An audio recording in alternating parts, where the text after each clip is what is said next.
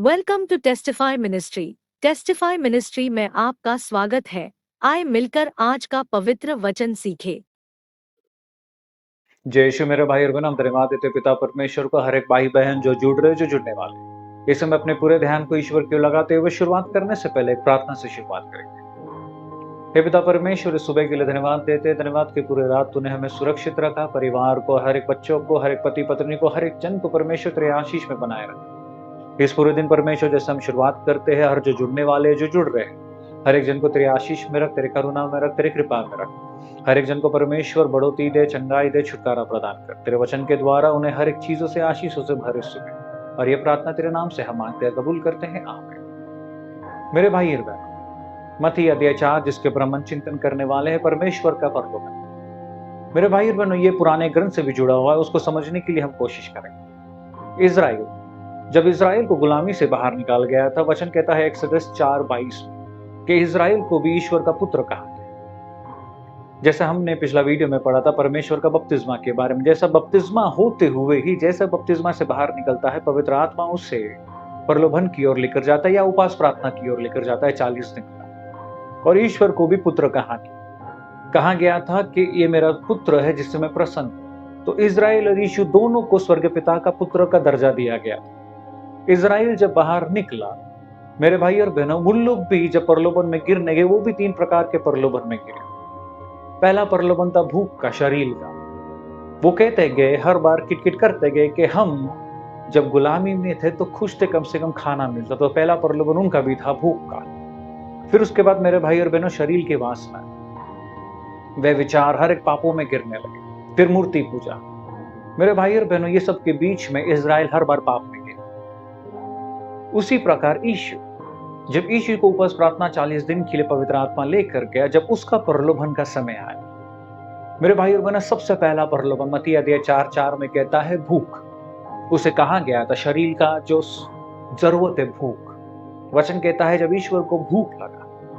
एक चीज हमें समझना है मेरे भाई और बहनों, जब बपतिस्मा से यीशु जब निकला, वो सबसे ऊंचा अपने इस पृथ्वी का अपने कार्य शुरुआत करने के ठीक 40 दिन पहले, बपतिस्मा के बाद स्वर्ग पिता, पवित्र आत्मा, सब ने कहा कि ये मेरा पुत्र है जिससे मैं प्रसन्न हूं। वो अपने करियर की शुरुआत करने वाला था, वो अपने मिनिस्ट्री की शुरुआत करने वाला था, वो सबसे ऊंचा था, उसका स्थान हाईएस्ट पीक में था। और उसी टाइम उसे प्रलोभन में लेकर के आ गया था। और फिर उसके बाद शैतान तब आता है जब उसे सबसे कमजोर था, जब उसे भूख लगा था। वचन कहता है जब उसे भूख लगा तभी ही शैतान आया। मेरे भाई और बहनों, जब उसका सबसे कमजोर टाइम में था, शैतान जब आया, उसे आकर कहता है कि अगर तू ईश्वर का पुत्र है तो इस पत्थर को बोल रोटी बनने। मेरे भाई और बहनों, यीशु हर बार जवाब देता है कि ये लिखा हुआ है कि मनुष्य केवल रोटी से जीवित नहीं रहता, लेकिन हर एक शब्द जो परमेश्वर के मुंह से बाहर आता। फिर मेरे भाई और बहनों, दूसरा प्रलोभन था मेरे भाई और बहनों, घमंड। कि अगर ये तू करेगा, अगर तू अपने आप को इस मंदिर के ऊंचाई से गिराएगा, तो वचन कहता है कि स्वर्ग दूत आकर तुझे हाथों में उठाएगा। मेरे भाई और बहनों, शैतान वचन बोल रहा था, स्तोत्र करने ख्यात। वो हमेशा वचन को तोड़ मड़ोड़ कर ईश्वर को बोलते गए। इसलिए ईश्वर कहता है कि लिखा हुआ है कि तुम अपने स्वर्ग पिता को टेस्ट में नहीं डालोगे या उसको चुनौती नहीं दोगे। कहां लिखा गया? ड्यूटोनॉमी अध्याय 6:16। उसने वचन को तोड़ मड़ोड़ कर ईश्वर को कहा, लेकिन ईश्वर ने सही वचन प्रेम से और नम्रता से कहा कि लिखा गया है। मेरे भाई और बहनों, तीसरा प्रलोभन कि अगर तुम मेरी आराधना करो तो ये संसार में हर चीज तुम्हें मिलेगा। हर चीज क्या, जितने भी लोग हैं वो तुम्हें मिलेंगे। शैतान ईश्वर को बोलना चाहता था कि बिना क्रूस का तुम हर एक चीज प्राप्त कर सकते हो अगर तुम मेरी आराधना करोगे। ईश्वर आया था कि वो क्रूस पे अपना बलिदान दे और हम सब जन को प्राप्त करें। शैतान वही चीज प्रलोभन में दिखा रहा था कि तुम अगर मेरी आराधना करोगे तो ये सब तुम्हें मिलेगा बिना क्रूस का। ईश्वर कहता है हर चीज को लिखा गया है कि तुम अपने पिता, स्वर्ग पिता की ही आराधना करो। मेरे भाई और बहनों, एक चीज हमें समझना है, ये जो प्रलोभन है, यही प्रलोभन आदम और हवा को भी हुआ गया था शुरुआत में। उसे कहा गया था कि वो फल बहुत सुंदर है, उसने देखा, उसे भूख लगा, वो फल खाने का इच्छा था। फिर उसे कहा गया था कि क्या तुम्हें कहा गया किसी चीज को नहीं खाने की, तो वो फल खाने की उसकी इच्छा जगाई गई, उसको सवाल उठाया गया था। फिर उसे कहा गया था कि कितना सुंदर दिखता है, देखो तो आग का वास। मेरे भाई और बहन, जब उसे ये सब चीज कहा गया तो वो प्रलोभन में गिर गई। जब वही चीज यीशु को कहा गया था, उसने हर बार वचन से कहा कि लिखा हुआ है, लिखा हुआ है, लिखा हुआ है। हिब्रू अध्याय 2:18 कहता है कि वो खुद प्रलोभन में गया, इसलिए वो हमारी मदद कर सकता है क्योंकि वो हमें समझता है। वो हर एक चीजों से गुजरा हुआ है, इसलिए वो हमारे कमजोरी को समझता है।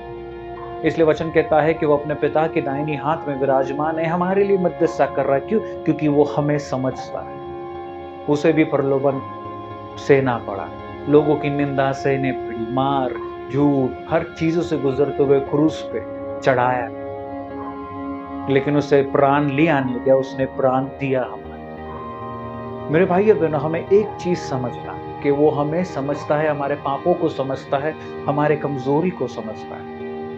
हम जिस चीज से गुजर रहे वो हर चीजों को समझता है, शरीर की वासनाओं को, पेट की भूख को, शरीर की जरूरतें को, पैसे की कमजोरी को, हर एक चीज को समझता है, क्योंकि वो 100% मनुष्य था, 100% ईश्वर था, और हर चीजों से वो गुजरते हुए पिता की दाहिनी ओर में हमारे लिए मध्यस्थता कर। तो मेरे भाई बहन, जो भी हमें देख रहे, सुन रहे, अगर किसी चीज से भी आप गुजर रहे हो, किसी भी पाप से आप जूझ रहे हो, हर बार पाप स्वीकार करते हुए फिर भी वो पाप गिरते जा रहे हो, गिरते जा रहे हो, सालों साल एक पाप को घिसते आ रहे हो, मेरे भाई और बहनों, ईश्वर को वो पाप देना सीखिए। देने के बाद उसमें विश्वास और वचन को बोलना सीखिए। देखिए मेरे भाई, हम प्रलोभन से कैसे निकलेंगे? 3 चीजों को करके। पहला, हमें वचन को जानना है। दूसरा, शैतान किस प्रकार हमें उकसाता है, हमें वो जानना है। तीसरा, ईश्वर पर विश्वास करते हुए जीवन जीना है।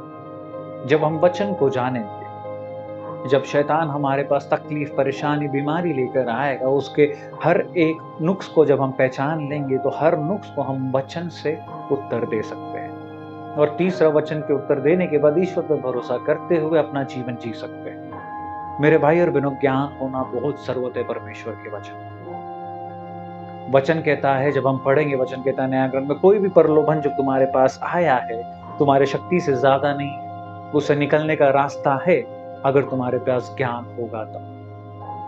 मेरे भाई और बहन, ये सुबह हम प्रार्थना करेंगे कि वो स्वर्गीय बुद्धि के लिए, वो स्वर्गीय ज्ञान के लिए, कि जिस प्रकार ईश्वर ने हर एक प्रलोभन को वचन के साथ कहते हुए शैतान को हराया, उसी प्रकार हम भी अपने जीवन में हर एक तकलीफ, वचन कहता है कि उसके कोड़े द्वारा हम चंगे हो चुके, वचन कहता है कि मैं हर चीज कर सकता हूं उसके ताकत द्वारा, वचन कहता है कि उसने मुझे आशीष दिया। हर एक वचन जो कहता है, जब तकलीफ आएगा मैं वो बोल सकूं, वो आशीष के लिए हम प्रार्थना करेंगे इस सुबह। हे पिता परमेश्वर, हम धन्यवाद देते इस दिन के लिए, धन्यवाद कि तू अटूट प्रेम से हमें हर दिन बढ़ता है। धन्यवाद कि तू एक प्रेमी पिता और हमसे हर बार, हर पापों से ज्यादा प्रेम करता है। धन्यवाद परमेश्वर कि तूने हमें अपने लहू से हर दिन सुरक्षित रखते हुए अपने ओर हर बार लाने की कोशिश करता है।